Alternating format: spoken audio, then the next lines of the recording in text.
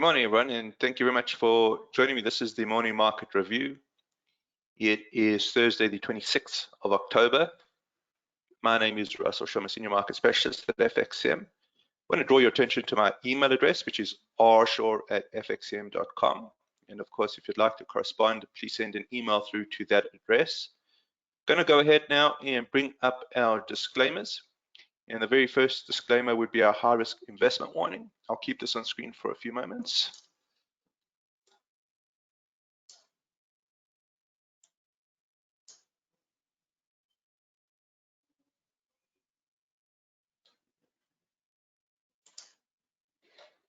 Good morning, Raj and James. Nice to have you on the webinar. Thank you, everyone, for signing in this morning. It is much appreciated.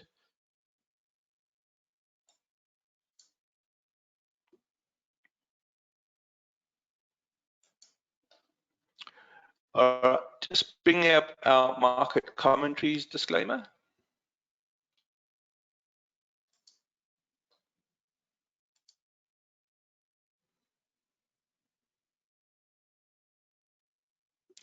Thank you. And our references MarketScope 2.0 and TradingView.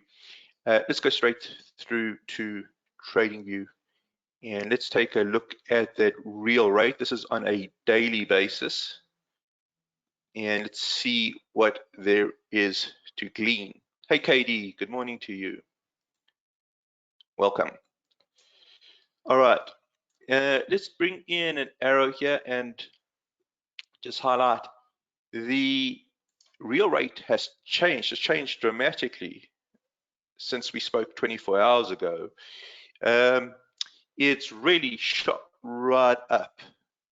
The real rate shot right up. And I think let's add an RSI here.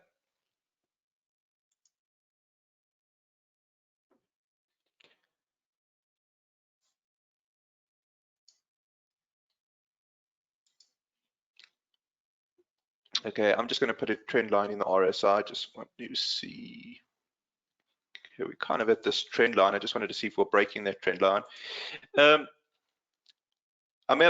I am of the opinion it's not likely that we get much higher in rates, but the fact of the matter is that the real rate has come up. It's jumped over the last 24 hours, and that is significant in terms of switching from risk on to risk off, so to speak.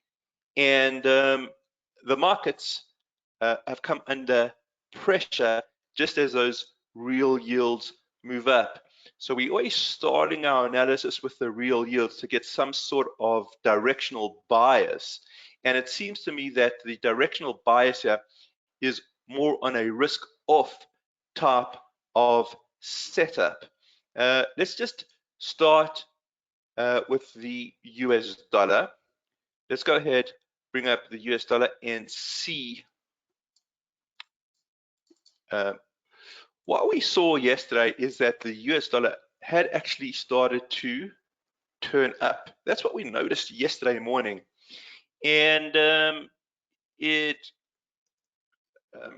crossed bullishly. When I say it, I'm saying the US dollar's trend following indicators, the moving averages, crossed bullishly to the upside and really have been on a tear since. Take a look at the stochastic. That stochastic has just hung out in the upper quintile and has just really been rampant. And as a result, the greenback has pushed considerably higher over the last 24 hours. Now, if the greenback is being bid, okay, automatically it should tell us something. And what should it tell us? Well, probably tendency towards risk off. Why? Why? Because the dollar is considered a safe haven. So we're seeing the support of the support coming through from the real rate, transferring into a bid into the US dollar, and that US dollar is now considerably higher than it was just a day ago. If we go through to the US dollar daily chart, what we said yesterday is that there's been a relative strength movement.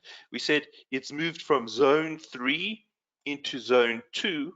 Well, now it's moved from zone 2 into zone 1. So a really strong positive move in the US dollar.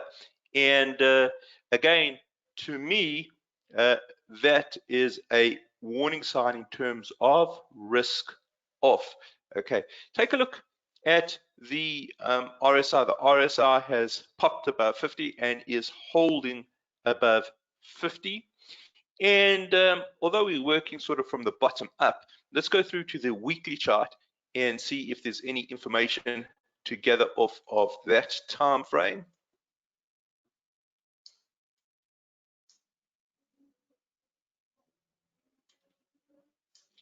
And I'll still keep the higher trough there.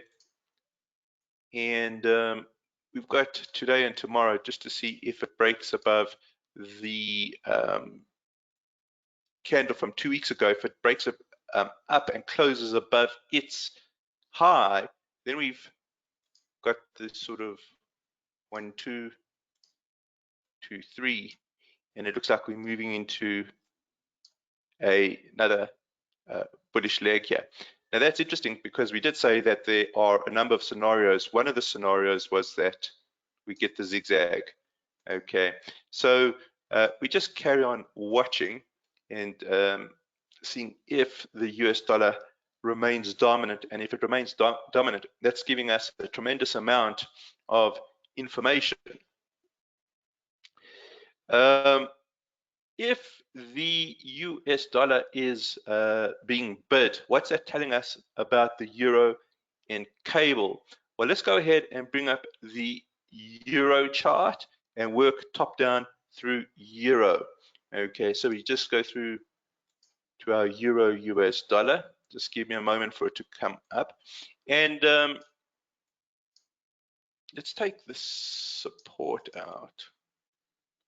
Just trying to grab it. There we go.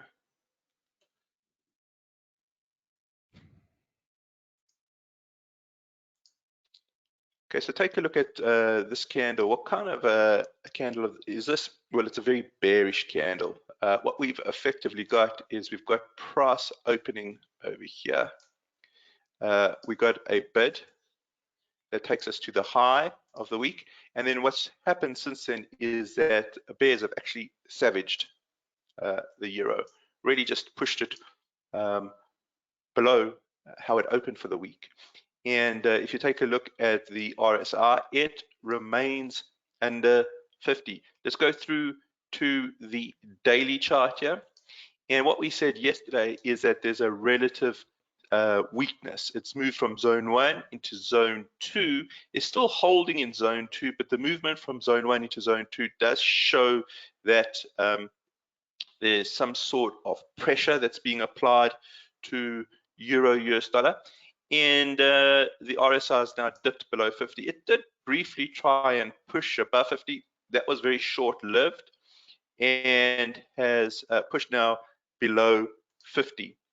And if we take a look at the hourly chart, yesterday we saw that it was starting to break down.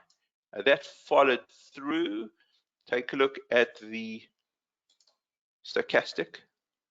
It's really hung out at the 20 and below levels, and as a result, you've got the swing on the euro US dollar. As long as we stay below 20 on that stochastic, so the pressure is going to be applied to the euro US dollar. What is that stemming from? It's stemming from dollar bullishness. Well, what's that stemming from? It's stemming from the fact that the real rate has pushed up. Now we've got an extra variable to deal with in terms of the euro, and we have an ECB meeting today. They're going to make they're going to release a policy statement and their main refinancing rate at 2:15 ZA, which would be 1:15 UK, and we would have a press conference a half hour after that. And I think the rates are going to be kept on hold, but by and large, you can see the PMIs that came out for Europe were quite weak. There is a real danger of recession, and effectively that's been reflected in a push down in the euro US dollar currency pair. Let's take a look at our cable pairing, okay, which was also turning down yesterday when we spoke.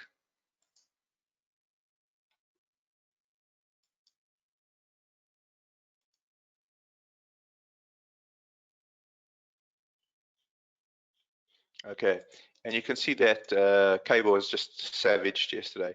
It turns down. This is the lips that we put in yesterday.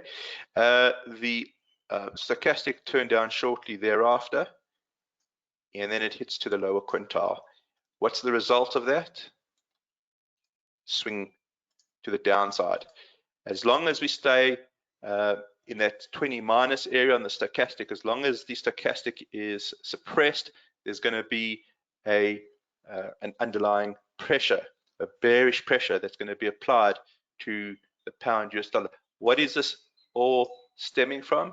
It's all stemming from the real rate, which has pushed up. Okay, it's really pushed up. Now, what we'll do is have to keep an eye on this over the following days. I'm going to put a resistance level in here. Okay, so we're just going to keep an eye on the resistance here on the real rate.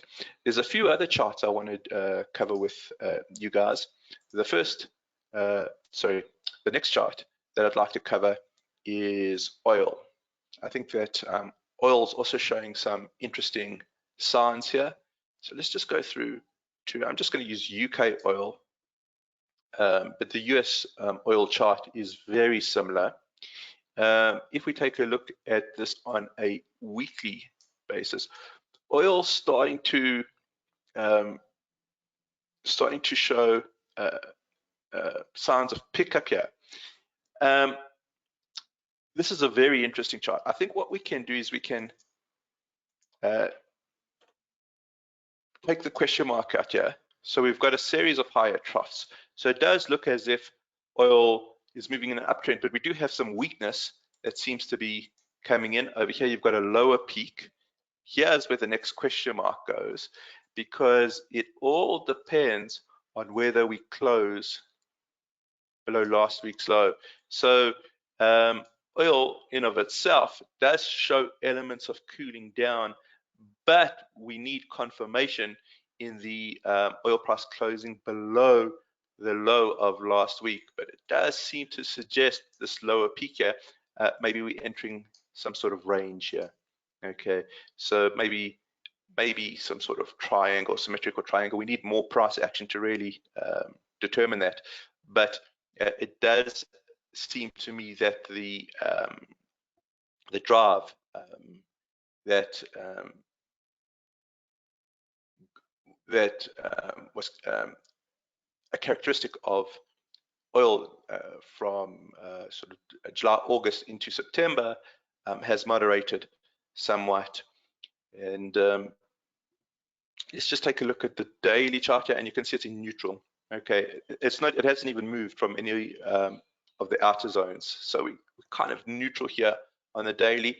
And I just think that it's going to be very interesting if we do close below last week's low. That would put in the lower peak, and then it's really just a matter of kind of following the price action carefully to see if we've got some sort of congestion there. I am of the opinion, subject to correction, that oil, the real sort of bid, that bullish drive in oil seems to have moderated somewhat. Katie just asking for the monthly chart. Monthly chart does show elements of bullishness. Okay, we've got this cross here in the 5-month over the 10-month, and we do have the RSI over 50. Effectively, what would be interesting here, Katie, is if the EMA start developing angle and separation, then perhaps we get some sort of movement to the upside. But as it stands, as it stands on the monthly chart, with the EMAs showing angle and separation, this week's, I beg your pardon, this month's candlesticks do have a lower high and a lower low compared to last month's candle. So let's just carry on monitoring. I think again, I'm going to take my cues off of the weekly chart. Does that help at all, Katie? If there's anything you want to add to that, please do. I'll share with everyone. But just want to see if the consolidation pattern kicks in here on oil. Let's take a look at gold, which has been fascinating since the outbreak of violence in the Middle East. Let's just go through to gold. All right, and gold here, to me, has a bid. On the weekly chart, you can see it's above its 30-week exponential moving average, a 30-week exponential moving average pointing up, and the RSI above 50. And if you take a look at this on the daily chart, there is an expansion of volatility here in gold. Take a look at the upper Bollinger Band, how it's kicked up, and look at the lower Bollinger Band, how it's kicked down. So the expansion in the Bollinger Bands is telling you there's an expansion in volatility, and that's been accompanied by the yellow metal moving into zone 1. So quite strangely, gold is showing a bid as the dollar is showing a bid. That's usually not the case. They usually move in opposite directions. The correlation at the moment lined up positively. I'm not sure if this can hold or how long it can hold for, but gold certainly does seem to be very much in the forefront of the minds of market participants, particularly since the Israeli-Hamas conflict started on the 7th of October. If we go through to the hourly chart here, just keep an eye on the stochastic. If that stochastic stays above 80, then I think there continues to be a bid. Okay. If it pulls back, I'd look for support at the central pivot, see if that central pivot holds, and kind of get the movement up. All right, the last chart. All right, Raj, see you tomorrow. All right, the last chart for us to take a look at is DAX. Let's bring up DAX. Actually, let's just do DAX. We'll take a look at the US indices as well. So the US indices really were pummeled yesterday. And you can see that well, the DAX has now been open for 3 minutes, and it's just a risk-off. It's a risk-off start to the day. That's what we said when we considered the real rates, and we've moved into a very dangerous lower quintile. As long as we hold in that lower quintile, I think there's going to be pressure, and you can see on the daily chart we're holding in zone 1. I beg your pardon, we're holding in zone 3. That's between the lower blue and the lower red. Just bring up NASDAQ 100 just as the final chart of the day. Very sensitive to real rates.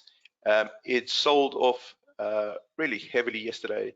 It's moved into zone 3. Look at the Bollinger Band starting to widen. So there is excess volatility here. It does seem that the risk-off environment is pretty much entrenched for the day, and if we go through to the hourly chart, is just not looking pretty.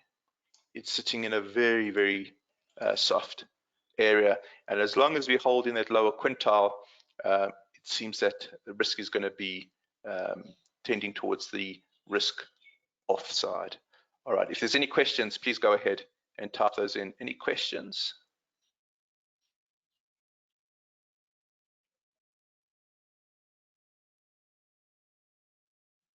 Okay, nothing coming through. So let's conclude at this point. I want to wish you guys a great day, a great evening ahead.